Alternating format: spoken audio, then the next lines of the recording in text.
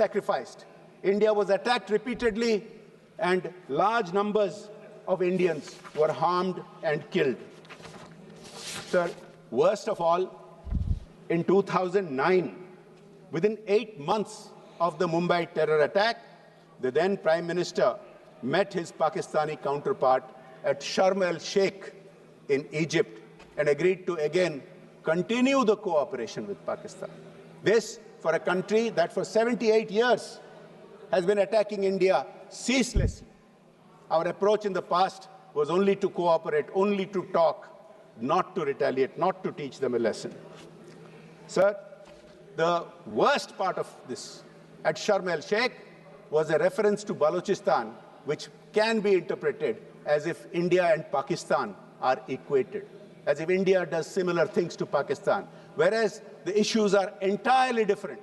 There are no terror camps in India training terrorists and sending them to Balochistan. There is no equation at all. There is no comparison at all. And yet, our government of the day had no compunction in granting such a hyphenation with Pakistan. Sir, this can go on and on. There are many, many different such examples, and I will come to some of them.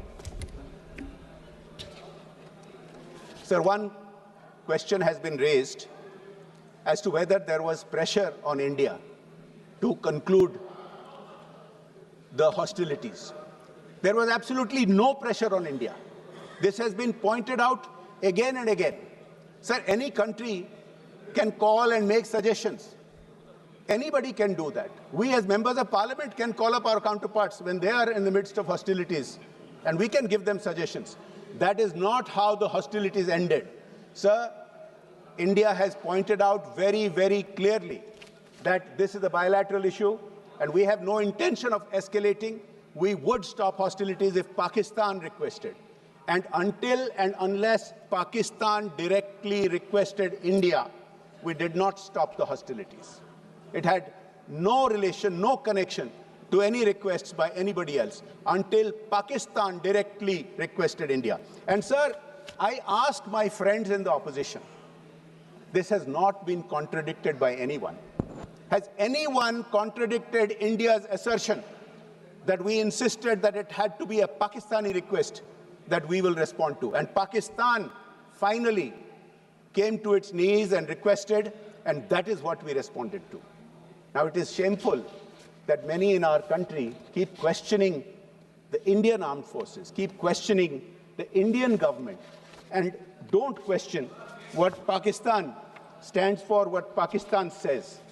Sir, I want to point out what Pakistan has said. They have made absurd claims. Pakistan has made a claim to an international TV channel on 7th May. Pakistan's IB minister, Ataullah Tarar, said, there are no terrorist camps in Pakistan. Have any of our friends in the opposition questioned that? Many of them have been quoted repeatedly in international media. Have any of them questioned that? Pakistan, where the most infamous terrorist in memory, the Al-Qaeda chief, was sheltered next to an army base, claiming that it doesn't have terror camps, when terror camps have been pointed out in satellite imagery, when not only terror camps have been pointed out, because of the efforts of our government, many terrorist organizations and many individual terrorists have been proscribed by a variety of multilateral organizations, including the United Nations itself. Sir,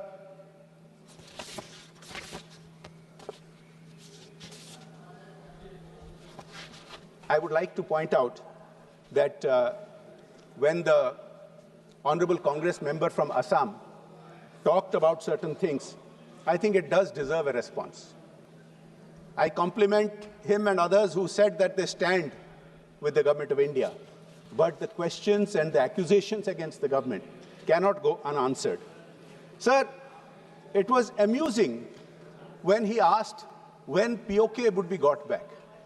Sir, it was amusing when he referred to the number of Rafales and the China question. Sir, I would like to point out, and he used the point and he used the word that India bowed down And his leader, whom he cited today in relation to the China question, has often used the word surrender. I think it is important for this House to point out how many times over the decades Congress has surrendered India's interest. Please have the patience to listen to this. 1948, Pakistan illegally occupied 78,000 square kilometers, the same POK that my friend was referring to. When our armed forces wanted just a little bit more time to conclude the armed operations and take it back, the then Prime Minister took the matter to the UN. Surrender. Number one, it started from day one. 1949, Congress ignored the Kabah Valley, which was leased to Burma by UK. Manipur had received rent until 1949. Congress did nothing about it, surrendered that. Surrender number two. Sir, in 1954, our then Prime Minister conceded India's rights in Tibet, accepting China's annexation without gain, withdrawing our military escorts and services. A very major surrender, number three. Sir, in 1958, under the Noon-Nehru Pact, Berubari was transferred to East Pakistan, despite severe opposition. Another surrender. So I lose count of the number of surrenders, but there are quite a lot. Please allow me to point out a few more. If I list all the surrenders that Congress did of India's national interest, then the 16 hours that the Honorable Speaker has granted us will not be enough. But I will point out a few more. Sir, in the 1950s, our then Prime Minister rejected the proposal for a UN permanent seat for India in the Security Council. Surrender to China. Surrender. 1960, India conceded the Sarja Majra, Rakh Hardit Singh, Pathan Ke, Suleiman Ke and Chak Lereke in Punjab to Pakistan. Another surrender. Sir, our then Prime Minister played down the value of Aksai Chin in 1959, calling it barren and uninhabited, when in fact it is full of mineral resources, dismissing conflict with China. Another surrender. Sir, I can just go on and on and on. In 1963, Pakistan conceded more than 5,000 square kilometers in POK to China. India stayed silent. Surrender. So I can just keep going on. In 1965, India returned the Haji Pir Pass to Pakistan under the Tashkent Agreement. Surrender. Sir, under the 1971 Shimla Agreement, India returned 5,000 square miles to Pakistan, while Pakistan retained 30,000 square miles, and 93,000 Pakistani soldiers were released, while at the same time, 56 Indian soldiers died in Pakistani jails.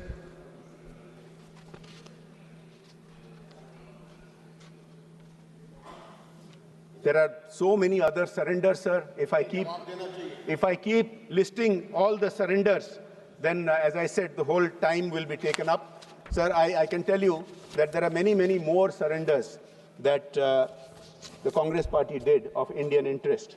And since the issue of China was raised, I think it is important to point out, isn't it the leader of the opposition who, on social media, is seen praising China's capabilities, China's drones? Has he once ever complimented the Indian armed forces and the Indian indigenous technologies? Has it happened? Sir, let me point out, others are pointing this out. Others are saying that India has done very well on this front. International experts are pointing this out. But our opposition members are refusing to take a stand on this.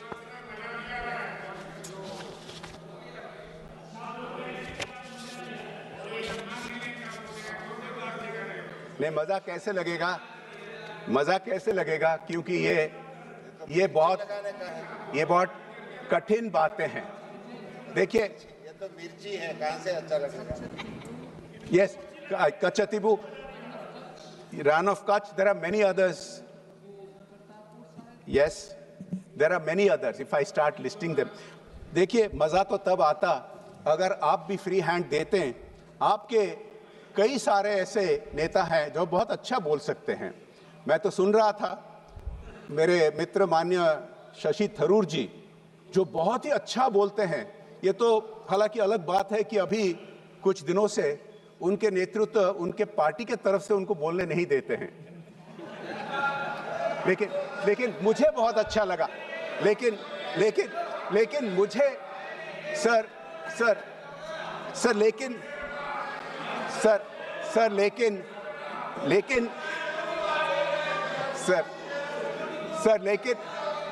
सुन तो लीजिए sir,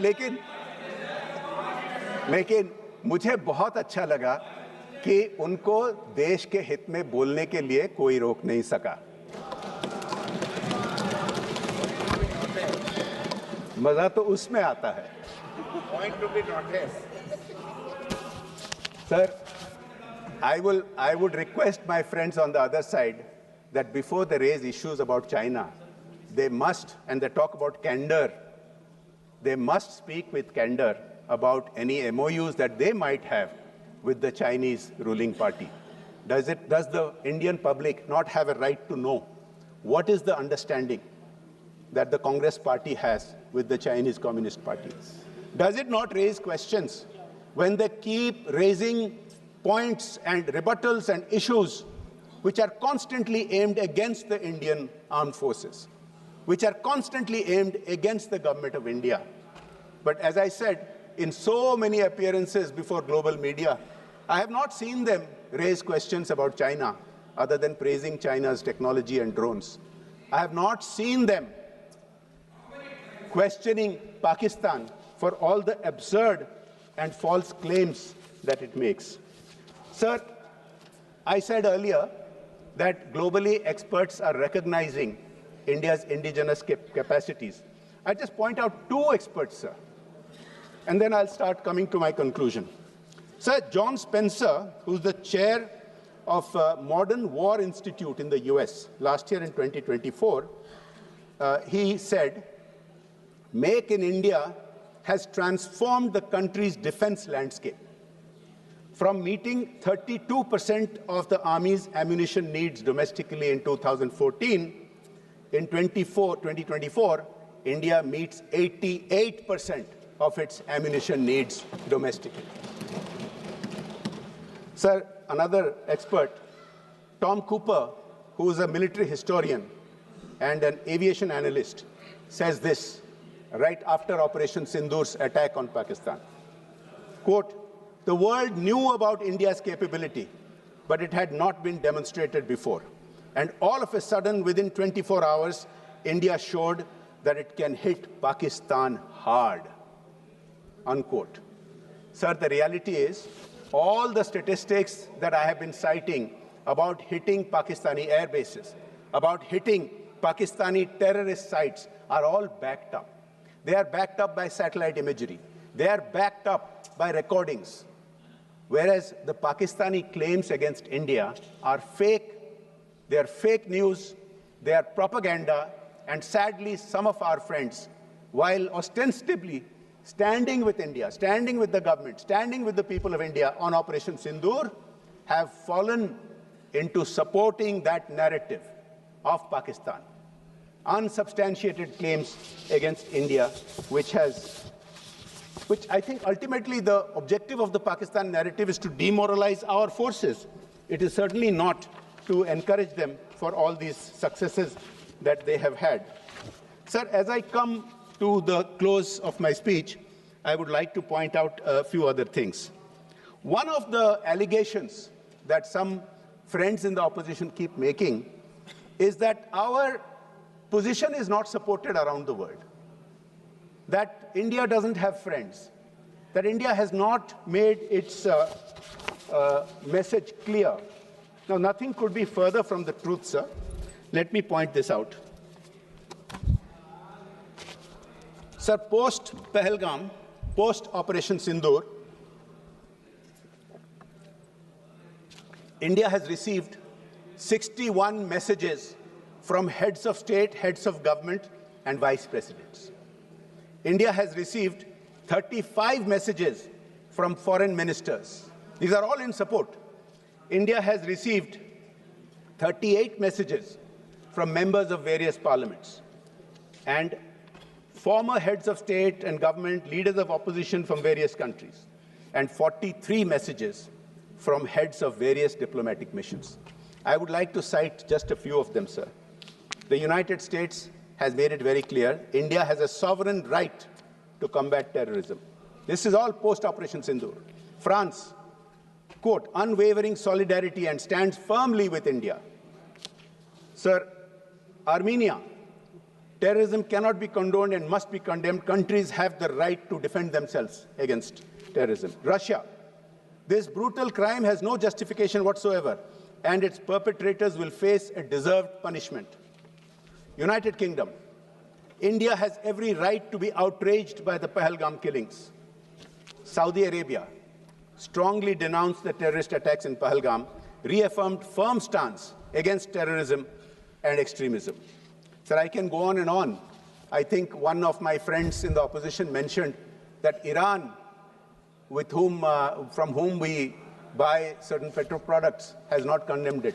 So that's not true. Iran too the president of Iran directly called up our Prime Minister Modi ji and conveyed in the strongest words the support to India. Sir, multilateral agencies like BRICS and Quad and even the FATF have all condemned the Pahalgam attack. Nobody has condemned India's right to defend itself. Nobody has opposed it. That used to be the case in the past. Nobody has said India should not be defending itself and in implementing the decisions taken by the CCS. Sir, the proof of the pudding remains in the final information that come out. Even as we were debating this issue today, some of us must have seen in the news that an Operation Mahadev is being conducted in Jammu and Kashmir, targeted at terrorists, and it appears that at least one of those eliminated today was involved in the Pahalgam attack. Now, one of the important developments that has taken place, sir, is that for 2 years now, India has been giving detailed information to the UN, to US and other countries about this outfit called the TRF, the Resistance Front. The TRF is a front organization of the Lashkar-e-Taiba, LET. Sir, as terrorist organizations get proscribed and have limitations, don't have as much freedom to move money and have training camps, they come up with all these new names and new structures. Sir, I think our friends who for several weeks now have been going around saying that India has not been succeeding in taking its message around the world should acknowledge just a few days ago, the United States has proscribed the TRF as a terrorist organization, as a global terrorist threat. Sir, India has been succeeding. It is not enough to just stand with the people of India. Of course, you must stand with the people of India because otherwise you get completely sidelined. It is also important to celebrate India's successes. It is also important to boost the morale of our armed forces, to boost the morale of our scientists and technologists who have developed these indigenous equipment and indigenous armaments. Sir, as I close, I would like to just point out two things.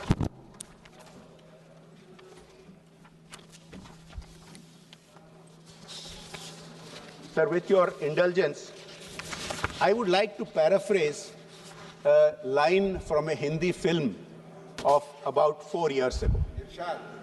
No, the film was called Sardar Udham, and उसमें एक line था sir, line था कि दुश्मन को दर्द का एहसास हो तो जवाब तभी पूरा होता है. सर, मैं इस संदर्भ में कहना चाहता हूं कि ऑपरेशन सिंदूर वो जवाब था जिसमें दर्द भी था और संदेश भी.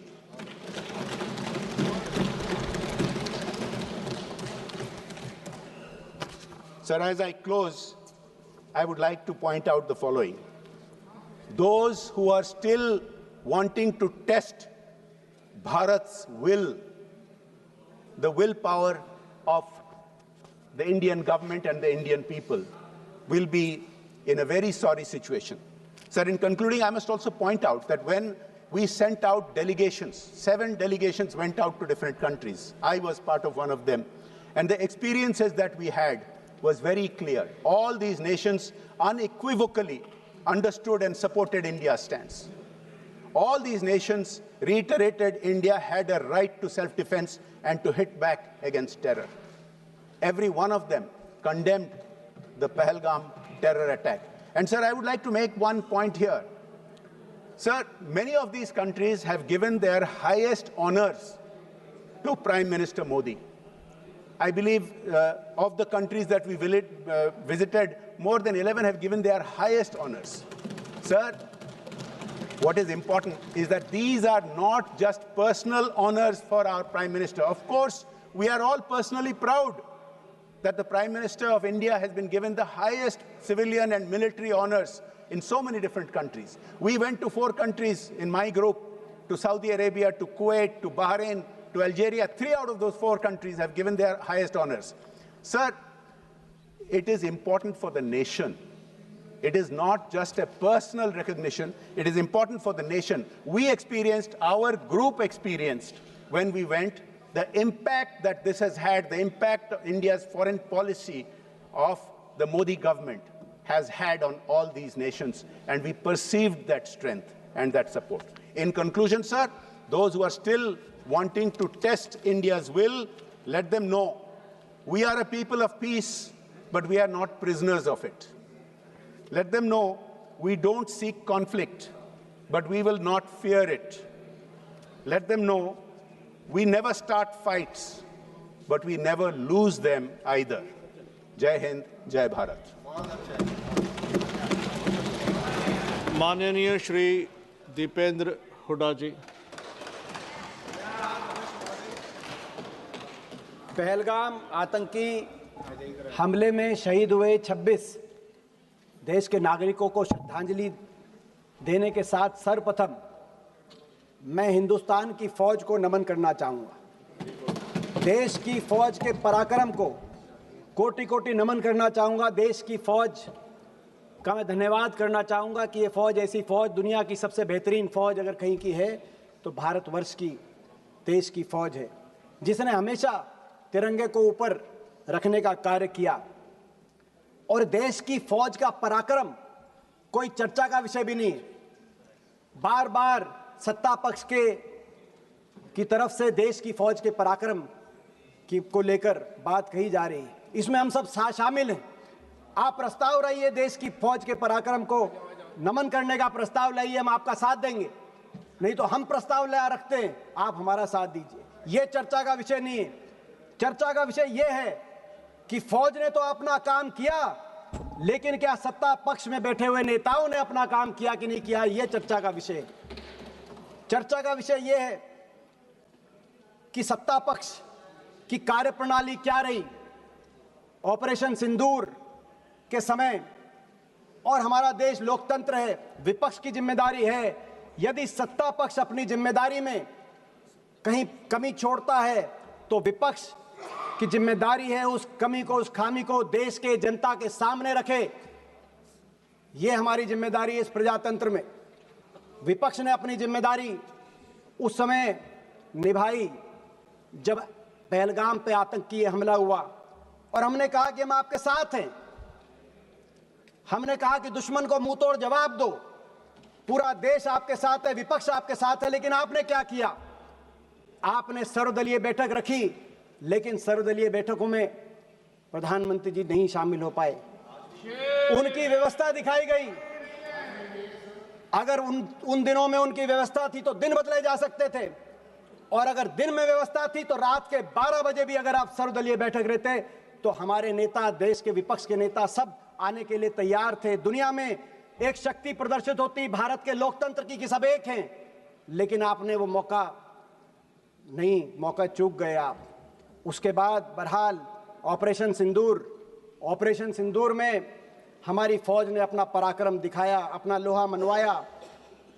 और एक ऐसा समय आया 9 तारीख के बाद जब दुनिया ये मानने लगी कि हिंदुस्तान की फौज का अपर हैंड है, हम एडवांटेजियस पोजीशन में हैं, हम दुश्मन के गले के नजदीक हैं, लेकिन फिर 10 तारीख को यकायक सीज फायर।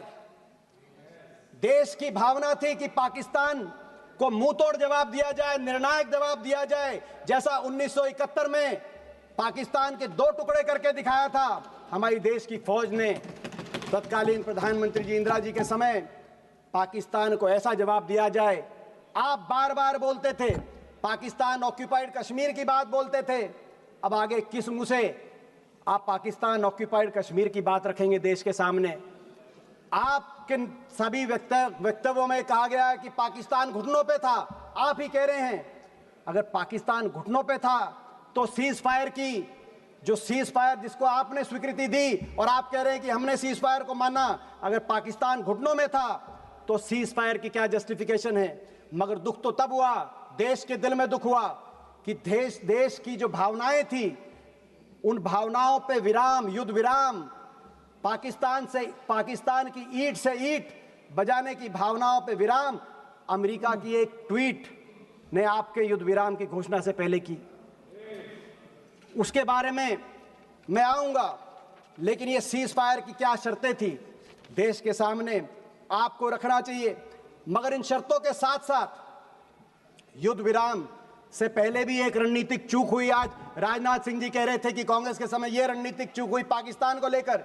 सबसे बड़ी रणनीतिक भूल उस समय हुई, आदरणीय विदेश मंत्री जी बैठे जब इन्होंने टेलीफोन करके कहा कि हम केवल आतंकी ठिकानों को निशाने पे ले रहे हैं, मगर हम किसी मिलिट्री या सिविलियन ठिकानों को निशाने पे नहीं ले रहे। जब ये कहा, आपने स्वीकार किया, एक तरीके से क्लीन चिट दी पाकिस्तान की आर्मी और सरकार को, और अलग अलग दृष्टि से आपने देखा पाकिस्तान, जबकि आपके सारे ही स्पीकर्स कह रहे हैं, मान रहे हैं और देश मानता है, दुनिया को पता है कि पाकिस्तान की सरकार, पाकिस्तान की आर्मी और इन आतंकियों में कोई भेद नहीं किया जा सकता। ये एक हैं। मगर आपने स्वयं टेलीफोन करके अलग अलग दृष्टि से देखने का काम किया कि केवल हम आतंकी ठिकानों को, ये जो रणनीतिक भूल हुई है इतिहास में हमेशा ये बात पाकिस्तान को एक आपने मौका दिया ये कहने के लिए। विदेश मंत्रालय की क्या भूमिका रहती है देश में? विदेश मंत्री का काम कोई स्कूल, कॉलेज या सड़क बनाना नहीं होता। विदेश मंत्रालय का काम होता है दुनिया में अपने दोस्त मुल्कों की संख्या को बढ़ाना। विदेश मंत्रालय की और विदेश नीति की आपकी सच्चाई 11 साल की तब सामने आई जब ये टकराव की स्थिति पैदा हुई। कितने देश आपके साथ आके खड़े हुए और कितने देशों ने खुल के पाकिस्तान का साथ दिया, दुनिया ने देखा। और ये बात कबूलनामा अभी मेरे मित्र जय पांडा भी कह रहे थे कि देशों की तरफ से पढ़ रहे थे कि उस देश ने आतंकी हमला का निंदा करी और उस देश ने निंदा करी। मैं पूछना चाहता हूं, एक देश का नाम बताओ जिसने आतंकी हमले की निंदा भी करी और यह भी कहा कि पाकिस्तान इसके पीछे है और हम पाकिस्तान की भी निंदा करते हैं। एक देश ने पाकिस्तान की निंदा नहीं करी। और दूसरी तरफ पाकिस्तान के साथ देने वालों की देशों में चीन, टर्की, अजरबैजान, मलेशिया जैसे देशों की, और आपके साथ एक ने भी बयान नहीं दिया।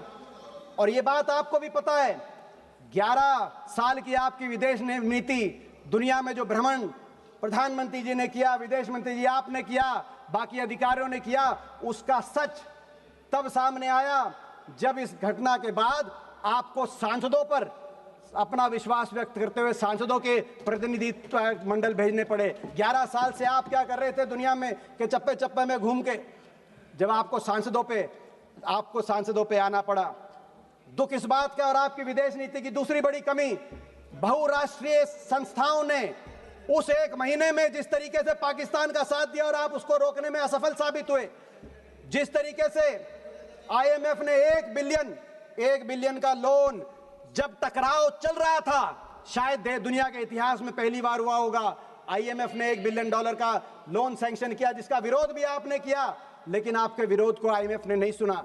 वर्ल्ड बैंक ने $40 बिलियन के निवेश का प्रस्ताव पारित किया, तो उसी महीने ADB ने उसी मई के महीने में $800 मिलियन का लोन पाकिस्तान के लिए स्वीकृत किया।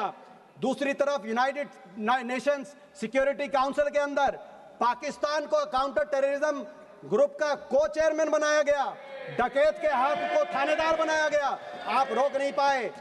और FATF financial action task force, जिसमें 2011 में पाकिस्तान को ब्लैक लिस्ट किया गया था, FATF में ग्रे लिस्ट में डाला गया था 2011 में यूपीए सरकार के समय, और 2022 में उसको FATF से ग्रे लिस्ट और ब्लैक लिस्ट से पाकिस्तान को बाहर निकला, लेकिन आप उसको रोक नहीं पाए।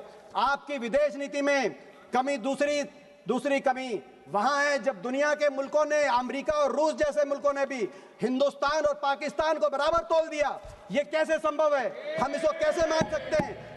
एक मुल्क आतंकवाद को पोषित करने वाला मुल्क है और दूसरा मुल्क आतंकवाद से पीड़ित मुल्क है। हम अंतर्राष्ट्रीय ऑर्डर की लड़ाई लड़ रहे हैं, लेकिन आपने देखा बार बार सभी मुल्कों ने बराबर तोल दिया।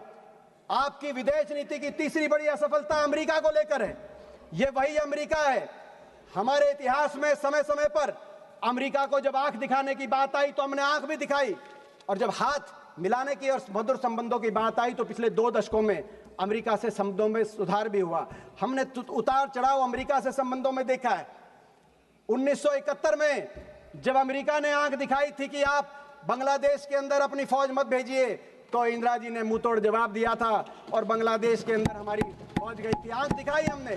परमाणु परीक्षण की जब बात आई तो चाहे इंदिरा जी के समय परमाणु परीक्षण हुआ हो, चाहे अटल जी के समय परमाणु परीक्षण हुआ हो, अमेरिका ने जब रोकने की कोशिश करी तो हिंदुस्तान ने आंख दिखाई और अमेरिका के दबाव को नहीं माना। ये वही अमेरिका है। लेकिन जब अमेरिका से हाथ मिलाने की बात आई, सपोर्ट की बात कर रहे थे, सपोर्ट का लेटर्स पढ़ रहे थे, जय पांडा भी मौजूद थे जब राष्ट्रपति ओबामा आए थे। जब मित्रता की बात आई और 26/11 हुआ मुंबई में, तो राष्ट्रपति ओबामा वॉशिंगटन से दिल्ली आए। जॉइंट संसदीय सेशन में मैं भी एक सांसद था, जय पांडा भी एक सांसद थे, और राष्ट्रपति ओबामा ने कहा कि पाकिस्तान के अंदर टेररिस्ट के सेफ हेवन को बर्दाश्त नहीं किया जाएगा और हिंदुस्तान, ये साथ देने निभाने की बात। हाथ भी मिलाया और नजर भी, आंख भी मिलाई। मगर अमेरिका, आज आपको यही नहीं पता अमेरिका के साथ आप हाथ मिलाना चाहते हो या उनको आंख दिखाना चाहते हो। और अमेरिका के राष्ट्रपति ने 28 बार कहा कि सीज फायर हमने कराया। उससे भी चिंतनीय बात उन्होंने कहा व्यापार के धौंस दे के दिखाया। बात थी आतंकवाद पे वार की, आ गई व्यापार पे। अमेरिका के राष्ट्रपति कह रहे हैं, अमेरिका के राष्ट्रपति ने केवल व्यापार तक नहीं रुके, उन्होंने कहा कि 5 जहाज गिरे, वो केवल जहाज तक भी नहीं रुके। अमेरिका के राष्ट्रपति जी ने कश्मीर का भी नाम लाया कि कश्मीर में अमेरिका की बात हुई है। और दुख की बात ये, कश्मीर के मामले में और विदेशी हस्तक्षेप के मामले में, क्योंकि इस बात पर भाजपा का, आरएसएस का भी एक स्टैंड रहा है, क्या आरएसएस की भी विदेश नीति बदल गई है? क्या आरएसएस को भी स्वीकार्य है कि अमेरिका हस्तक्षेप कर रहा है? दुख की बात और है, दुख की बात यह है कि 28 बार अमेरिका के मुखिया ने अपने मुंह से ये बात कही और लगातार कह रहे हैं, लेकिन हमारे देश के मुखिया ने एक बार भी उसका खंडन नहीं किया कि अमेरिका के राष्ट्रपति झूठ बोल रहे हैं, गलत बोल रहे हैं।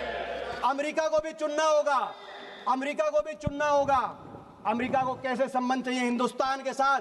दुनिया की एक शक्ति है हिंदुस्तान, भारतवर्ष को पाकिस्तान से का बराबरी नहीं कर सकता अमेरिका। अमेरिका को भी चुनना होगा। और मैं आपसे भी कहना चाहता हूं, आपको भी रास्ता चुनना होगा, या तो आंख दिखाओ या हाथ मिलाओ, या तो बातचीत करके अमेरिका से संबंध सुधारो और डोनाल्ड को चुप कराओ, डोनाल्ड का मुंह बंद कराओ, नहीं तो हिंदुस्तान में मैकडोनाल्ड को बंद कराओ। अमेरिका को अधिकार नहीं है, दोनों घोड़ों पे सवार होकर चलने का अधिकार नहीं है। आपकी विदेश नीति की तीसरी बड़ी असफलता चीन को लेकर है। मैं याद दिला दूं, जब आसिफ मुनीर अमेरिका के अंदर लंच कर रहे थे, उनको भोजन दिया जा रहा था और वो कह रहे थे कि डोनाल्ड ट्रंप को नोबेल पीस प्राइज दिया जाए। जब वो ये कह रहे थे, उसी दिन इत्तेफाक से उसी दिन चीन के अंदर ट्राइलैटरल बातचीत चल रही थी, चीन, पाकिस्तान और बांग्लादेश की। ये उस दिन ट्राइलैटरल बातचीत चल रही थी। चीन को लेकर बार बार आपको आगाह किया हमारे नेता राहुल गांधी जी ने, इसी सदन में किया है, लेकिन उनकी बात को आपने हल्के में लिया। और आज आपको आगाह कर रहे, हमारी फौज आगाह कर रही है चीन को लेकर। जो हमारे फौज के deputy chief of army staff है राहुल सिंह, उनका बयान आया कि चीन, ये जो युद्ध था इसमें पूरी तरीके से पाकिस्तान को सर्वेलेंस में, सैटेलाइट में, इक्विपमेंट में, प्लेटफॉर्म में, नेटवर्क में पूरी तरीके से पाकिस्तान का साथ चीन दे रहा था। और पाकिस्तान के डीजीएमओ की बात आई कि जब लड़ाई चल रही थी तो एमओ रूम के अंदर चीन के एम्बेसडर, पाकिस्तान में जो चीन के एम्बेसडर हैं, वो एमओ रूम में बैठे थे, पाकिस्तान के आर्मी के हेडक्वार्टर में बैठे थे। ये पाकिस्तान के डीजीएमओ ने कहा। लेकिन आपका क्या रिस्पॉन्स रहा? आपने चीन के एम्बेसडर को अभी तक दिल्ली में तलब करने का भी कार्रवाई नहीं करी, चीन को कार्रवाई नहीं करी। जब टर्की ने पाकिस्तान के साथ देने के लिए अपना बेड़ा बजाया, तो आपने टर्की के दुश्मन मुल्क साइप्रस में प्रधानमंत्री जी गए, अच्छा संदेश गया। मगर जो असली दुश्मन था चीन, आपको अगर संदेश देना था तो ताइवान में प्रधानमंत्री जी जाते, चीन को संदेश देते। चीन को भूल गए। और 6 जुलाई को जब जनरल राहुल सिंह ने कहा कि चीन इसके पीछे है, आपका क्या जवाब रहा? विदेश मंत्री जी आप 10 जुलाई को बेजिंग चले गए, 10 जुलाई को बेजिंग चले गए, ताइवान नहीं बेजिंग चले गए, और आपका ट्वीट आया, आपका वक्तव्य आया कि चीन की जो एससीओ की अध्यक्षता है उसका भारत समर्थन करता है और हमारे संबंधों में सुधार हो रहा है। किस बात का दबाव? चीन से। भारत एक स्वतंत्र, एक ऐसा देश है जिसको आज हल्के में नहीं लेना जाना चाहिए। आपकी एक और रक्षा मंत्री बोल रहे थे, मैं एक और डिफेंस प्रिपेयर्डनेस को लेकर भी इस बीच में कहना चाहूँगा। हमने देखा आर्मी वालों ने क्या कहा, एयरफोर्स वालों ने क्या कहा। मैं दो ही पढ़ना चाहता हूँ, आर्मी और एयरफोर्स। आपको सुनना पड़ेगा वो क्या कह रहे हैं। रक्षा मंत्री जी, आपकी भी 11 साल की रक्षा नीति 11 साल की, उसका रिपोर्ट कार्ड जो हम कहें उससे मत मानना। मगर जो deputy chief of army staff lieutenant general Rahul Singh ने कहा, क्या कहा? उन्होंने कहा, राहुल सिंह जी की जो स्टेटमेंट आई चीन को लेकर, उसके बाद उन्होंने कहा the equipment that was supposed to be received in January has not been delivered yet. We still depend on a lot of things from outside, and if all that equipment was made available, the story may have been little different. ये उन्होंने कहा। और air marshal हमारे air marshal Amarpreet Singh, जिन पे हमें गर्व है, उन्होंने क्या कहा? उन्होंने कहा, एयर मार्शल ने, हमने नहीं, उन्होंने कहा, not a single project that I can think of has been completed on time. Why should we promise something which cannot be achieved? Hooda ji, air force कह रही है, आर्मी कह रही है, और स्टैंडिंग कमेटी। एक सेकेंड। हुड्डा जी, आपके पार्टी से आज की लिस्ट में बहुत सारे नाम आए हैं, इसलिए आप अपना भाषण जल्दी से खत्म कीजिए। और एक सेकेंड, वन सेकेंड, एक सेकेंड, हुड्डा जी एक सेकेंड, नहीं, एक सेकेंड, नहीं, एक सेकेंड, हम आपको एक सेकेंड, हुड्डा जी एक सेकेंड रुकिए। यदि सभा की सहमति हो तो सभा की कार्यवाही आज रात 12 बजे तक बढ़ा जाएगा। है? थैंक यू, धन्यवाद। आप कंक्लूड कीजिए। केवल उन्होंने नहीं कहा, आदरणीय रक्षा मंत्री जी, केवल उन्होंने नहीं कहा, स्टैंडिंग कमेटी, क्योंकि संसदीय स्टैंडिंग कमेटीज की रिपोर्ट पर आपकी सरकार ध्यान नहीं देती। 2018 की रिपोर्ट, 2023 की रिपोर्ट क्या कह रही थी आपको? आप लगातार रक्षा बजट को घटा रहे हैं, जो सही नहीं है, और रक्षा बजट को बढ़ाइए। इन 11 वर्षों में रक्षा budget as a percentage of GDP और एज अ परसेंटेज ऑफ हमारा जो budget as a percentage of GDP, इन 11 वर्षों में रक्षा बजट 2.5% से घटकर 1.9% पे आप लेके आए। और ये जो रक्षा बजट एज अ जीडीपी के प्रतिशत में, ये रक्षा बजट 1962 के युद्ध के बाद सबसे नीचे स्तर पर आप लेके आए। और स्टैंडिंग कमेटीज आपको कह रही थी कि ये सही नहीं है। रक्षा बजट आपने कम किया, अग्निवीर जैसी योजनाएं आपने लेके आए, जिसने फौज, देश की फौज पे जिसमें हमें गर्व था, उसका हमारा मानना है कि वो फौज के लिए सही नहीं थी। लेकिन उससे भी एक और दुर्भाग्यपूर्ण बात यह है कि रक्षा बजट में एयरफोर्स मॉडर्नाइजेशन के बजट में भी आपने कटौती करने का काम किया। जो राहुल जी, हमारे नेता, बार बार जिस बात को लेकर आपको आगाह कर रहे हैं, आज हमारे देश में 60 स्क्वाड्रन की जरूरत है, 60 स्क्वाड्रन की, जो एयर मार्शल बोल रहे हैं। 41 स्क्वाड्रन, 41.1 स्क्वाड्रन यूपीए के समय, हमारे समय मंजूर हुए थे 2011 में, मगर धरातल पे केवल 31 स्क्वाड्रन आज एयरफोर्स के हैं। और इन 31 स्क्वाड्रन में से भी 31 स्क्वाड्रन में से भी कई स्क्वाड्रन ऐसे हैं जिसमें जैगुआर जैसे जहाज हैं। ये वही जैगुआर है जो पिछले 6 महीने में 3 जैगुआर जहाजों का क्रैश हुआ, जिसमें 2 हरियाणा के हमारे पायलट थे जिनको अपनी शहादत देनी पड़ी। जैगुआर के साथ सभापति महोदय, आपने इतने महत्वपूर्ण विषय पर बोलने का अवसर दिया। विशेष रूप से आभार व्यक्त करेंगे हमारे पार्टी के राष्ट्रीय अध्यक्ष। Madam, 1 second. अध्यक्ष जी, मेरी यही मांग है कि हमारी आज हमारा सुझाव माने तो ये माने कि हमारी फौज को, हमारी एयरफोर्स को आधुनिकता से लैस किया जाए, बजट को बढ़ाया जाए। जो आज हमारी एयरफोर्स के अंदर जिस तरीके से मजबूती, आज 2 फ्रंट 3 फ्रंट वॉर की बात चल रही है। आज पाकिस्तान 82% अपने हथियार चीन से ले रहा है, तो बांग्लादेश 71% अपने हथियार चीन से ले रहा है। ऐसे में नेटवर्क, प्लेटफॉर्म हर तरीके से आधुनिकता से लैस किया जाए। अब वो ऑपरेशन सिंदूर आप कह रहे जारी है, क्रिकेट जारी मत करो ऑपरेशन सिंदूर के साथ, और करना है तो हमारी देश की फौज को मजबूत करने का आप काम करिए, हम साथ देंगे। धन्यवाद। धन्यवाद सभापति महोदय, आपने ऑपरेशन सिंदूर जैसे महत्वपूर्ण विषय पर बोलने का अवसर दिया। विशेष रूप से आभार व्यक्त करेंगे हमारे पार्टी के राष्ट्रीय अध्यक्ष श्री चिराग पासवान जी का, क्योंकि आज इस बहस में हम पहली महिला सांसद हैं जो ऑपरेशन सिंदूर पर अपना पक्ष रख रही है, ऑपरेशन सिंदूर के फेवर में बोल रही है। हमको गर्व होता है कि आज ऑपरेशन सिंदूर पर बोलने का अवसर हमको मिला, क्योंकि इतिहास में ऑपरेशन सिंदूर को स्वर्णिम अक्षरों में लिखा जाएगा, क्योंकि विश्व स्तर पर इसने एक न्यू नॉर्मल को स्थापित किया है भारत के लिए। ये न्यू नॉर्मल की जो नींव है वो सदियों पहले रामचरितमानस में लिख दी गई थी, जिसकी चौपाई है, बिनय न मानत जल्द ही जड़ गए 3 दिन बीत, बोले राम सकोप तब भय बिनु होए न प्रीत। इसका अर्थ ये है कि विनय और धैर्य जरूर ही महत्वपूर्ण गुण है, पर जब धैर्य का बांध टूट जाता है तो भय के बिना उसका कोई उपचार नहीं बचता। हमारी सरकार के दृढ़ संकल्प से और सेनाओं के अदम्य शौर्य के वजह से आज एक नए भारत को विश्व स्तर पर स्थापित किया गया। ये नया भारत क्या है? ये नया भारत वो है जो शांति के लिए गौतम बुद्ध और महावीर जी के दिखाए हुए पथ पर तो चलता है, पर अगर राष्ट्र सुरक्षा की और राष्ट्र हित की बात हो तो प्रभु श्री राम के धनुष को और श्री कृष्ण के सुदर्शन चक्र को भी उठाना जानता है। आज इस चर्चा के 2 भाग हैं। पहला भाग है पहलगाम पर हुआ अटैक और दूसरा ऑपरेशन सिंदूर। पहलगाम पर जिस तरह से अटैक आतंकवादियों ने किया वो नागरिकों पर अटैक नहीं, वो मानवता पर अटैक है। आतंकवादियों ने धन पूछकर उनकी पत्नी के सामने, माँ के सामने, परिवार के सामने, बहनों के सामने सारे जो हमारे देश के नागरिक हैं उनको मार दिया।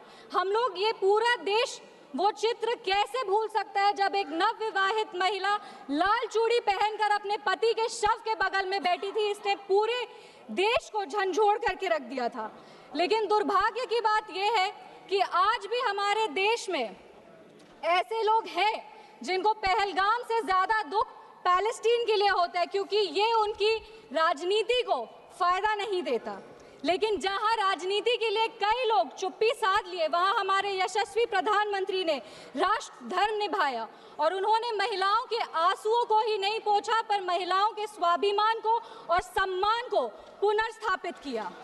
हम बता देना चाहते हैं कि ये एक नया भारत है और आतंकवादी हमले के बाद ये भारत मोमबत्तियां नहीं जलाता, ये दुश्मनों की चिता को जलाता है। ये शांति चाहता है, पर शांति अपने शर्त पर चाहता है, और अगर अपने शर्त को नहीं पूरा किया जाए तो डिप्लोमेसी से डिस्ट्रक्शन तक का भी रास्ता जानता है। इसी बात पर हम एक शायरी कहना चाहेंगे, खतों का दौर गया अब फरमान भेजे जाते हैं, जो करते हैं भारत की आत्मा परवार वो सीधे कब्रिस्तान भेजे जाते हैं। अभी अपने कांग्रेस के साथियों का बात सुन रही थी और वो कह रहे थे कि 1971 में इंदिरा गांधी ने ये किया है, 1971 में इंदिरा गांधी ने वो किया, पर वो कभी भी 1971 का क्रेडिट बिहार के बेटे जगजीवन राम जी को नहीं देते हैं, जो तब के रक्षा मंत्री थे। बांग्लादेश ने उनको 1971 का वॉर हीरो डिक्लेयर किया था, और रक्षा मंत्री होने के जंग के बाद भी उन्होंने सैनिकों के रिहैबिलिटेशन के लिए काम किया। लेकिन कांग्रेस पार्टी इसको कभी नहीं रिकॉग्नाइज करेगी, क्योंकि उनको दलित नेतृत्व से समस्या है। वो सिर्फ उनके साथ रहना चाहते हैं जो बाबा साहब के चित्र को अपने पैर पर रखते हैं। अगर हम ऑपरेशन सिंदूर की बात करें तो ये सिर्फ टेरर लॉन्च पैड्स को ध्वस्त नहीं किया, ये पूरी की पूरी तरीके से पाकिस्तान के हौसले को ध्वस्त कर दिया है। लेकिन एक आश्चर्य की बात है मैम, और आश्चर्य की बात यह है कि हमारे दुश्मन देश में एक युवा नेता है और एक युवा नेता हमारे विपक्ष में है। दुश्मन देश का सदन अलग है, हमारे देश का सदन अलग है, वहां के नेता अलग है, यहाँ के नेता अलग है, पर इनका सवाल एक ही है। विपक्ष का सवाल और दुश्मन देश के नेता का सवाल एक कैसे हो सकता है? मैं विपक्ष के साथियों को चुनौती देती हूँ कि अपनी राजनीति से ऊपर उठ करके कभी राष्ट्रहित की सोचनी चाहिए। अगर सरहद पर सेना लड़ रही होती है तो उनसे सवाल नहीं पूछे जाते, उनको सलामी दी जाती है। अगर विपक्ष की बात सुबह से सुने जा रहे हैं और उनकी बात को ध्यान से सुने तो वो बार बार कह रहे हैं कि सरकार ने सरेंडर कर दिया, सरकार ने सरेंडर कर दिया। सरेंडर से इनका विशेष लगाव इसीलिए भी है क्योंकि इतिहास गवाह है इन्होंने कितने बार विश्व के सामने भारत का सर झुका दिया है। 1962 में नेहरू जी की दोस्ती की नीति ने हमारे देश के धज्जियां उड़ा दिए थे। 14,500 वर्ग मील जमीन पर कब्जा कर लिया था। अमेरिका के तब के राष्ट्रपति ने कहा था कि भारत हमसे भीख मांगते हुए आया था।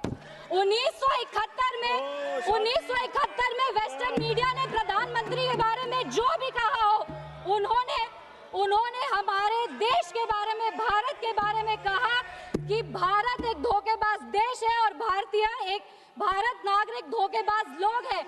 ये था भारत का इमेज आपके शासनकाल में। 1985 में CIA के क्लासिफाइड रिपोर्ट से कि विदेशी तंत्र भारत की सरकार को चलाती थी, इनसे जवाब मांगिए। 2001 विश्व के सबसे बड़े लोकतंत्र के सबसे बड़े मंदिर पर हमला हुआ और ये लोग चुप बैठे रह गए। 2008 मुंबई अटैक, पूरी तरीके से देश को झंझोड़ दिया गया, पर इन्होंने कभी नहीं जवाब दिया। अगर आज आतंकवादियों को जवाब दिया है तो वो हमारे यशस्वी प्रधानमंत्री श्री नरेंद्र मोदी जी की सरकार ने दिया है। पर इनके राष्ट्रीय अध्यक्ष, कांग्रेस पार्टी के राष्ट्रीय अध्यक्ष कहते हैं कि ऑपरेशन सिंदूर एक छोटा मोटा ऑपरेशन था। ये इनकी विचारधारा का समस्या है। इनको लगता है कि ऑपरेशन सिंदूर एक छोटा मोटा ऑपरेशन था, पर ये इनकी गलती नहीं है। इनकी विचारधारा ये कहती है कि अगर हिंदू धन को आगे लेके जाओ, हिंदू धन के पक्ष में बोलो तो वो सैफरन टेरराइजेशन है, पर इनकी राजनीति के लिए ये कहते हैं आतंकवादियों का कोई धर्म नहीं होता। ये दोहरा चरित्र क्यों है इनका? आतंकवादियों ने हमारे नागरिकों को धन पूछकर मार दिया। हम उनको कहना चाहते हैं कि जिस सनातन को मुगल की तलवार नहीं खत्म कर पाई, जिस सनातन को अंग्रेज की तोप नहीं खत्म कर पाई, उस सनातन को इनकी छोटी मोटी राजनीति क्या खत्म करेगी? आतंकवादियों ने जब हमारे भाई लोग को मारा तो उनको मारने के पहले बोला कलमा पढ़ के सुनाओ। उन नागरिक की बहन होने के नाते, इस देश की बेटी होने के नाते हम उनको महाभारत सुनाना चाहते हैं। महाभारत सत्य और धर्म की लड़ाई जरूर है, लेकिन महाभारत द्रौपदी के प्रतिशोध का भी प्रतीक है। द्रौपदी का बदला महाभारत है और हमारी संस्कृति में है। अगर नारी सम्मान में त्रुटि होगी तो फिर से महाभारत रचा जाएगा। और महाभारत में लिखा है धर्मो रक्षति रक्षतः, जो धर्म की रक्षा करते हैं धर्म भी उन्हीं की रक्षा करता है। विशेष रूप से हम धन्यवाद देंगे हमारे यशस्वी प्रधानमंत्री श्री नरेंद्र मोदी जी का, जिन्होंने ऑपरेशन सिंदूर का नाम ऑपरेशन सिंदूर रखकर पूरी दुनिया को बता दिया है कि एक चुटकी सिंदूर की कीमत क्या होती है। और जिसने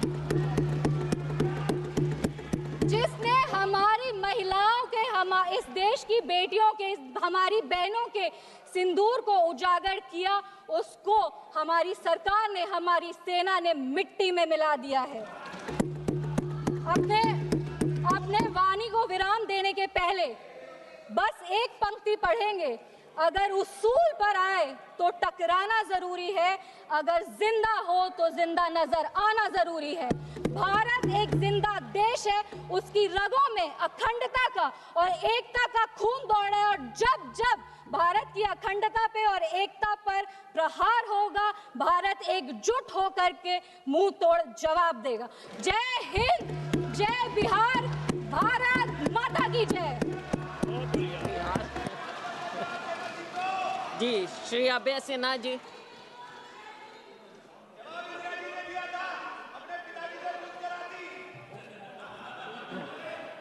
धन्यवाद सभापति महोदया। मैं देश के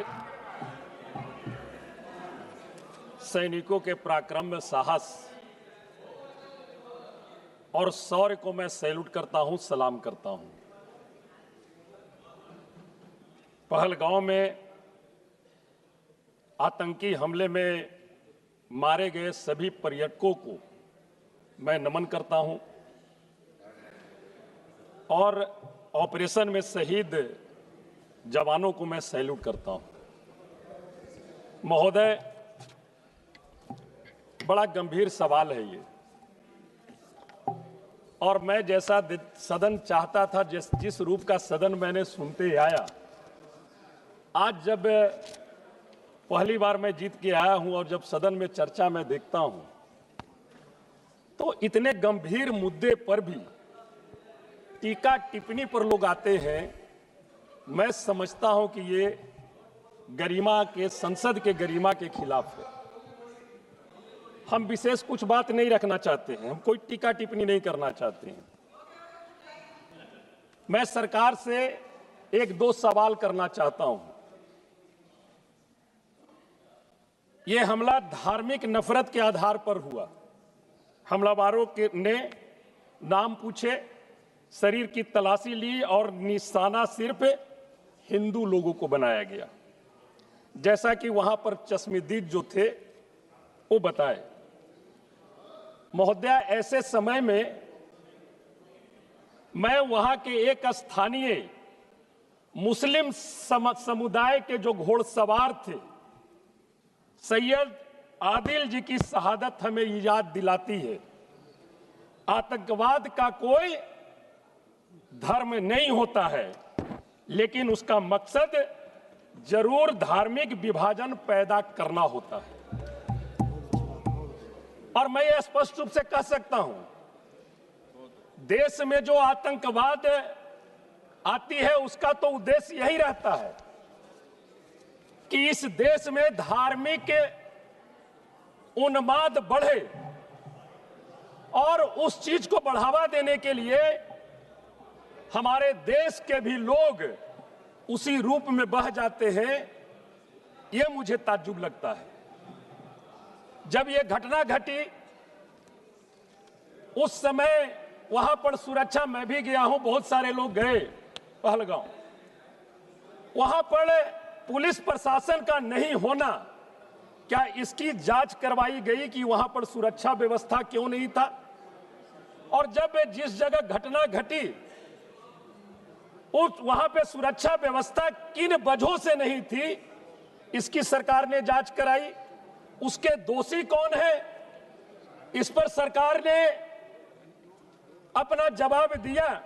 नहीं दिया। महोदया, हम चाहेंगे कि पहलगांव में हुए हमले की जांच, और वहां पर सुरक्षा व्यवस्था नहीं था, उसके लिए निश्चित तौर पर स्पष्ट जांच कर करके सरकार को जवाब देना चाहिए। महोदया, नतीजा क्या हुआ? कश्मीर का पर्यटक उद्योग जो है वो चौपट हो गया। 50% पर्यटक उसी दिन महोदय 3,337 यात्री पर्यटक जो है कश्मीर से पर्यटक निकल करके अपने घरों को चले गए और हमारे गृह मंत्री जी कहते रहे कि आप कश्मीर आइए, घूमिए, किसी प्रकार का कोई दिक्कत नहीं है, यहां पर स्थिति पूरी तरह से सामान्य है। देश को संबोधन में गृह मंत्री जी ने बताने का काम किया और हमारे देश के पर्यटक वहां पर भारी संख्या में पहुंचते हैं और मैं समझता हूं कि ये सुरक्षा का, सरकार के तरफ से सुरक्षा का ये पूरा चूक है, एक बहुत बड़ी गलती है। जिस तरह से कुंभ मेला का आयोजन इन्होंने किया और जिस तरह से उसका प्रचार प्रसार किया और कुंभ मेले में उसकी सुरक्षा की व्यवस्था नहीं की और कई को श्रद्धालुओं को जान गंवाना पड़ा, उसी तरह से कश्मीर के बारे में सरकार ने देश के लोगों को बताया कि कोई दिक्कत नहीं है, आप कश्मीर आओ और घूमो, और लोग निर्भय होकर के गए और इतनी बड़ी घटना घटती है महोदय।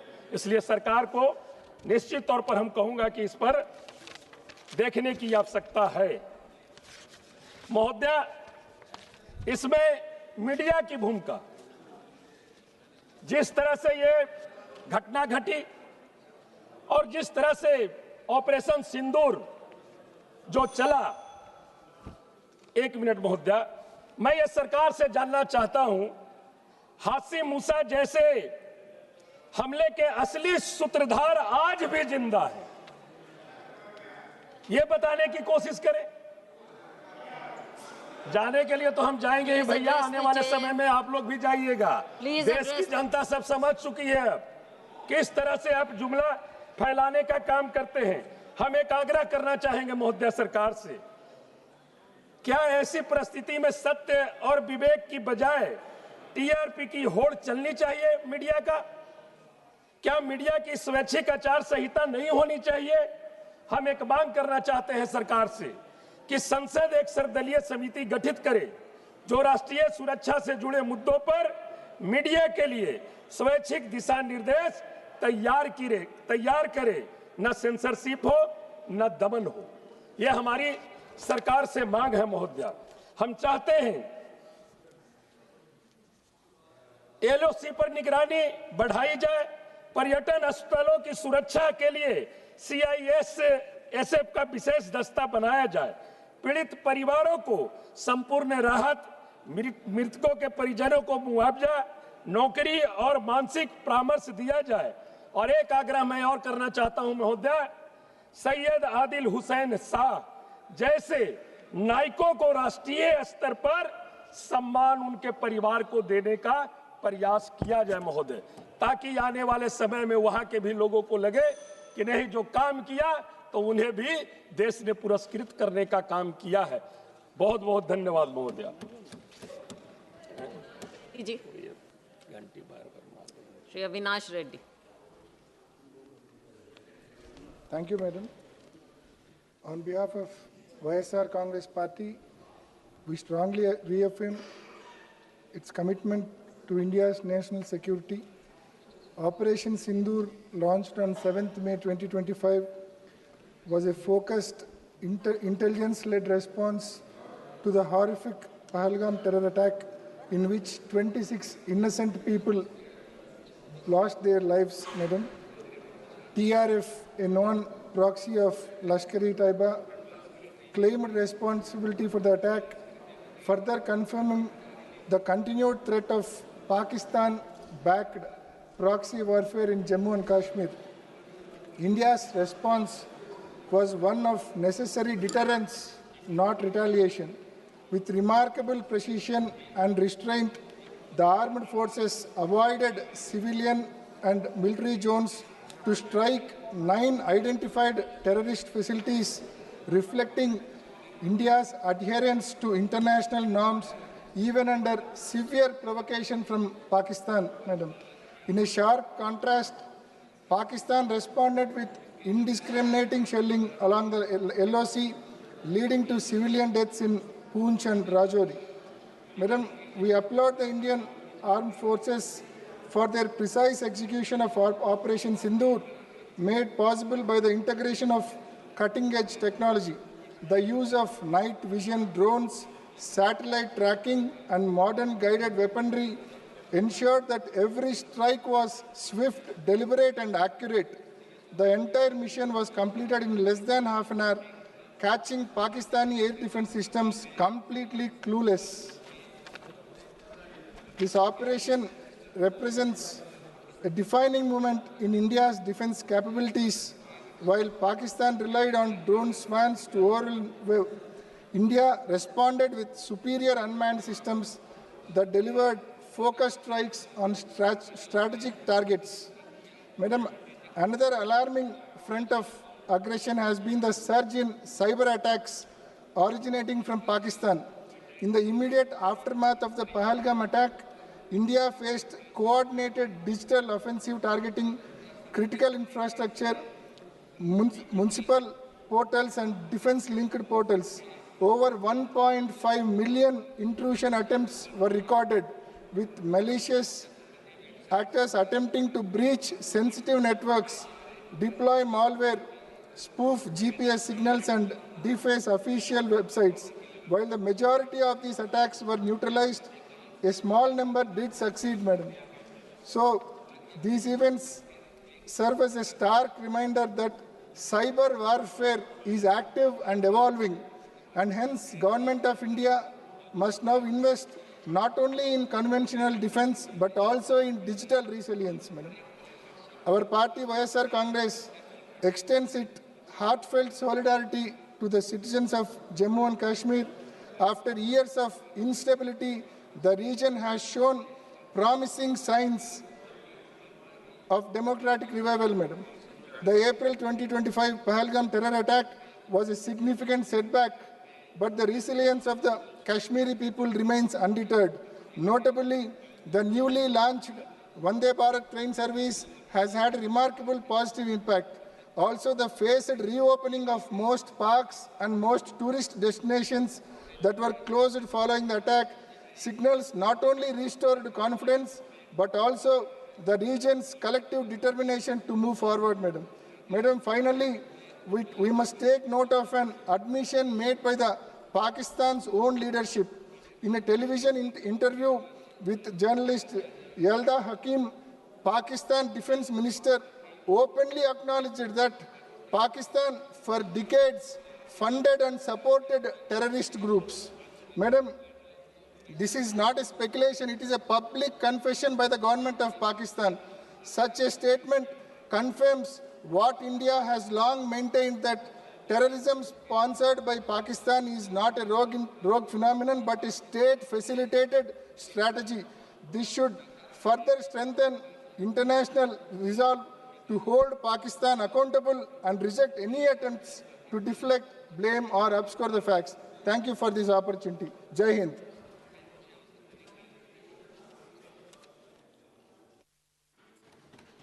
Honorable Chairperson, I rise to apprise this august House of the foreign policy dimension of our response to the Pahalgam terrorist attack, going into the preparations for Operation Sindoor and how foreign policy was handled during Operation Sindoor.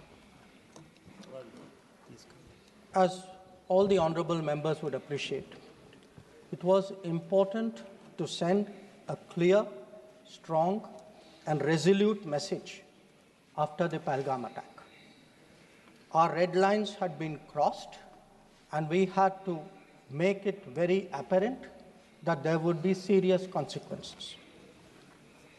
As a result, the first step which was taken was that a meeting of the Cabinet Committee of Security took place on the 23rd of April, and that meeting decided that one, the Indus Waters Treaty of 1960 will be held in abeyance with immediate effect until Pakistan credibly and irrevocably abjures its support for cross-border terrorism. Two, the integrated checkpost Atari would be closed with immediate effect. Three, Pakistani nationals who are traveling under SARC visa exemption scheme will no longer be allowed to do that. Four, the defense, naval and air advisors of the Pakistani High Commission would be declared persona non grata. And 5, the overall strength of the High Commission would be brought down to 30 from the number of 55. It was very clear, Honorable Speaker, sir, that after this first set of steps approved by the Cabinet Committee on Security, that India's response to the Pahalgam attack will not stop there. Our task, from a diplomatic perspective, from a foreign policy approach, was to shape the global understanding of the Pahalgam attack. What we tried to do, Pakistan's long-standing use of cross-border terrorism. We highlighted the history of terrorism in Pakistan and how this particular attack was meant to target the economy of Jammu and Kashmir and to sow communal discord among the people of India. Our messages were two. 1, zero tolerance of terrorism, and 2, the right to defend our people against terrorism. So all the interactions we did, the diplomatic briefings, we called all the embassies for briefings. We interacted with the media. All of this was aimed at these two objectives: zero tolerance of terrorism and the right to defend ourselves, right to defend the people of India against cross-border terrorism. Now, the focus for our diplomacy was understandably the UN Security Council. And Honorable Speaker, sir, the challenge for us was that at this particular point, Pakistan is a member of the Security Council. We are not. So we had to achieve our objectives in a Security Council where Pakistan is a member. Now, our goals in the Security Council were two. 1, to get an endorsement from the Security Council of the need for accountability, and 2, to bring to justice those who perpetrated this attack. And I am glad to say, Speaker, sir, and I hope that this is appreciated and recognized by the House. If you look at the Security Council statement of 25 April, the members of the Security Council condemned in the strongest terms the terrorist attack. They affirmed terrorism in all its forms and manifestations constitute one of the most serious threats to international peace and security. And most important, the Council underlined the need to hold the perpetrators, organizers, financiers, and sponsors of this reprehensible act of terrorism accountable and bring them to justice. I highlight this, Speaker, sir, because this statement of the UN Security Council resonated throughout the international community. So when many honorable members asked today, where was the world on Pahalgam? I think the answer is there. The answer is there in a Security Council statement which says hold them accountable, bring them to justice, and that is exactly what we did through Operation Sindoor. Now, I also want, Honorable Speaker, sir, through you, to bring to the attention of the House a very interesting development pertaining to the TRF, the Resistance Front. When the Security Council was debating this on the 25th of April, and TRF had twice claimed responsibility for the Pahalgam attack, Pakistan defended the TRF. Pakistan tried to get any mention of TRF excluded, and in fact, the Pakistani foreign minister told his parliament that this is a great diplomatic achievement. Now, I mention it because today, again, thanks to our diplomacy, the TRF has been designated as a global terrorist organization by the US government, and the same Pakistani foreign minister who took so much pride saying, I defended the TRF, says, well, now if the US has done this, we accept it. So that is where the Security Council issue stood. If I could then, sir, move on to the diplomacy from 25th of April till the commencement of Operation Sindoor. During this period, there were obviously a number of phone calls, a number of conversations. At my level, there were 27 calls. At Prime Minister, I think almost 20 calls. About 35, 40 letters of support came in. And what we tried to do was to create a narrative, prepare the diplomacy for the launch of Operation Sindoor. And the result of that diplomacy, Honorable Speaker, sir, there are 193 nations of the members of the United Nations. 193. Only 3, apart from Pakistan, opposed Operation Sindoor. Only 3. If you look through this period, and I would be very happy to share with the House the exact positions of various governments, overwhelmingly, there was recognition that terrorism is unacceptable, that a country which has been attacked has a right to defend itself, and that India was doing exactly that. Now, when Operation Sindoor was launched, we spelled out our objectives. There was a statement, Honorable Raksha Mantri ji referred to it in his statement, where we put out for the benefit of our own people, for the international community, that Operation Sindoor was hitting the terrorist infrastructure in Pakistan and Pakistan-occupied Jammu and Kashmir, from where terrorist attacks had been planned and launched. We highlighted that 9 sites had been targeted, and we said that our actions are focused, measured, and non-escalatory in nature. And we were living up to the commitment that those responsible for this attack will be held accountable. This was the commitment which was endorsed by the UN Security Council, thanks to our diplomacy. It was a commitment made by the Prime Minister to the people of India that we would hit those symbols, those sites, those planning places. So today, when I hear many questions from across the aisle, I want to say, which one of you imagined that Bhavalpur and Muridke would be brought down the way it was? Which one of you thought? When did you even think of it during your tenure? Did it even cross your mind? In fact, on the contrary, you ruled it out after 26/11. So I think our objectives are very clear. We wanted to send a message to the terrorists. We wanted to send a message to Pakistan that do not continue this support for terrorism. And I think on the morning of 7th of May, that message went home loud and clear. Now, sir, during this period, there was, when the operations were on, when the conflict, when the activities were on, operation is still continuing.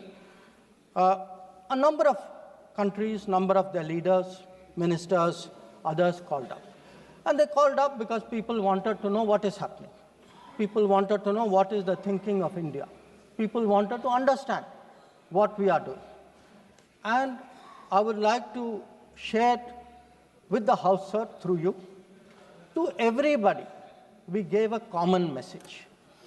The common message was India is exercising its right to defend itself against terrorism. Number 2, the targets which were hit on the 7th of May are known terrorist headquarters and infrastructure. Number 3, there will be no mediation. Anything between us and Pakistan is bilateral. Number 4, we will never bow down to nuclear blackmail.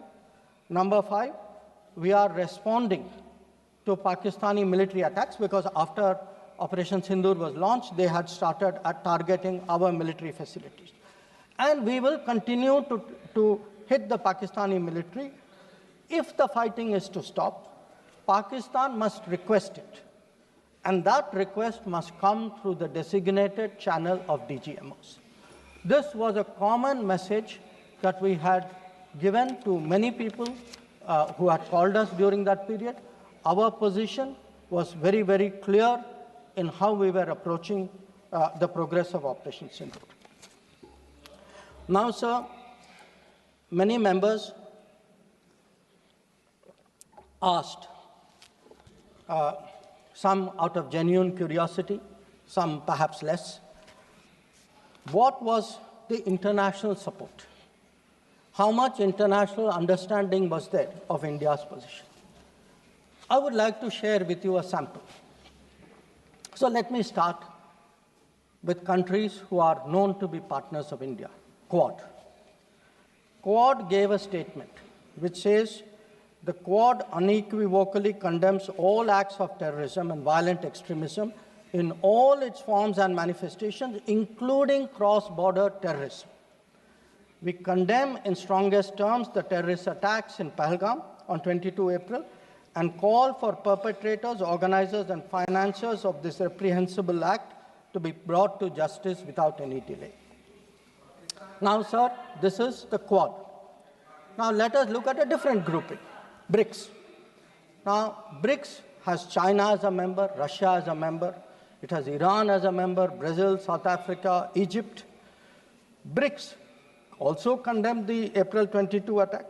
It reaffirmed its commitment to combating terrorism, again including cross-border terrorism. Now, I would like members of this House to understand, if India is attacked, if there is a terrorist attack on India and a country says we condemn cross-border terrorism, I think it is obvious to everybody what that cross-border terrorism is. So, I then move on, sir, to the Central Asia. The Central Asian countries opposed providing safe haven using terrorist proxies for cross-border terrorism, for terror financing. Now, I can cite statements from the Indian Ocean Rim Association, from individual countries, range of them. President Putin, for example, has said, he wrote to our president and said, this brutal crime has no justification whatsoever, and its perpetrators will face a deserved punishment. The president of Paraguay has said that he expresses solidarity and recognized India's legitimate right to self-defense. So the main point, the common thread, sir, which I would like to bring out is that number one, cross-border terrorism across the board has been recognized, all forms and manifestations, opposition to condemnation of Pahलग terrorist attack, and the right of India to bring people to justice. Now, sir, in addition to that, I would particularly like to mention 2 or 3 other developments. One, the American designation of TRF. On the 17th of July, the Department of State designated TRF as a foreign terrorist organization and especially designated global terrorist. Now, this comes in the wake of the extradition of Tahawur Rana, who was involved in the 26/11 attack. And when people ask today, how successful is your foreign policy? Where is your diplomacy? I want to say that Tahawur Rana, which many of you tried for so long to get, is finally here because of us. I want to say TRF was designated not because somebody out there made a remark. TRF was designated as a global terrorist organization because our diplomacy persuaded another country to do that. Now, our strong stance has resonated across the world. I was some time ago in Germany, and standing next to me, the German foreign minister said, India has every right to defend itself against terrorism, and Germany will support this fight against terrorism. Similar position has been taken by France. Similar position has been taken by the European Union. So, what I would like to highlight, sir, is that today, where Operation Sindoor is concerned, there has been, the world sees what it is about.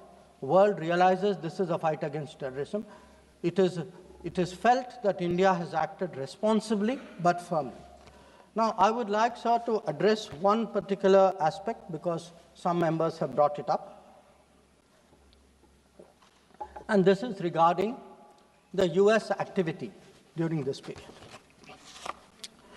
Sir, I'd like to inform the House that on the 9th of May, Vice President J.D. Vance called the Prime Minister, warning of a massive Pakistani attack in the next few hours. Prime Minister, in his response, made it very clear that if such an attack happens, it would meet with an appropriate response from our side. Now, sir, that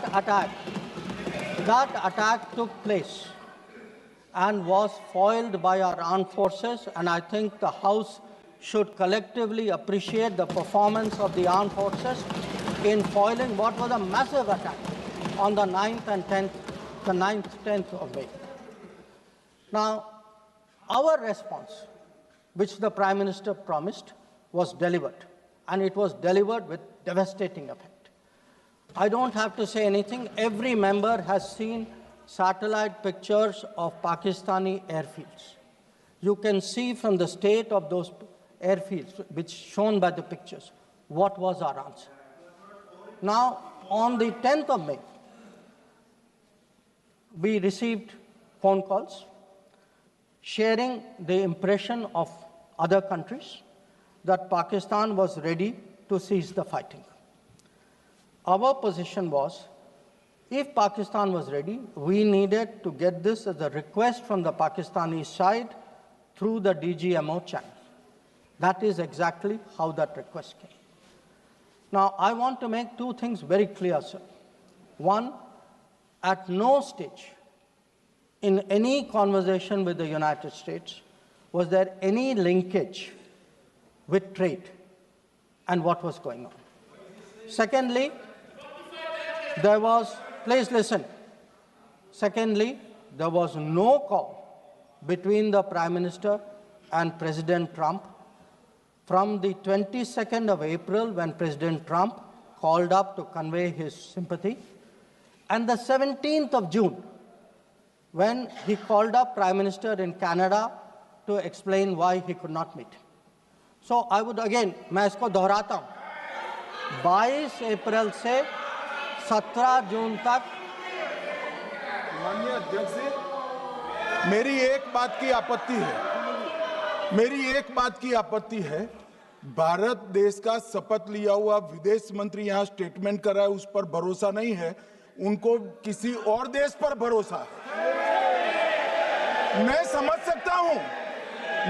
सकता हूं उनकी party में विदेश का महत्व क्या है, मगर इसका मतलब ये तो नहीं है पार्टी की सारी चीजें यहाँ सदन में आकर थोपे। भारत के विदेश मंत्री पर भरोसा नहीं करोगे? ओथ लिया हुआ व्यक्ति यहाँ पर बोल रहा है, ही इज रिस्पॉन्सिबल। माननीय अध्यक्ष जी, इसीलिए ये वहां बैठे हैं और 20 साल तक वहीं बैठने वाले हैं।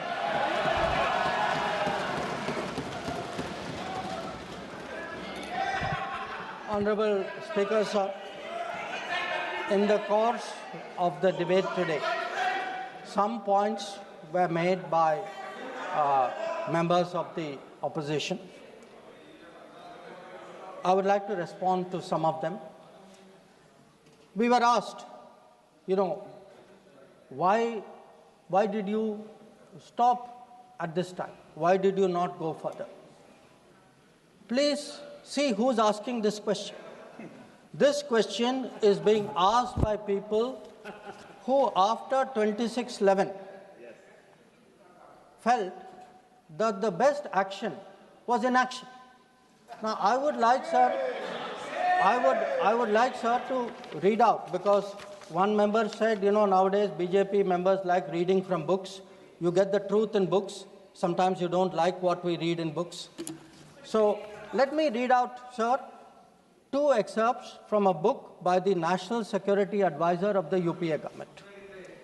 After 26/11, a chapter, this is a book called Choices. He says, on sober reflection and in hindsight, I now believe the decision not to retaliate militarily, but to concentrate on diplomatic, covert, and other means was the right one for that time and place. This is what he says. But did he even do that?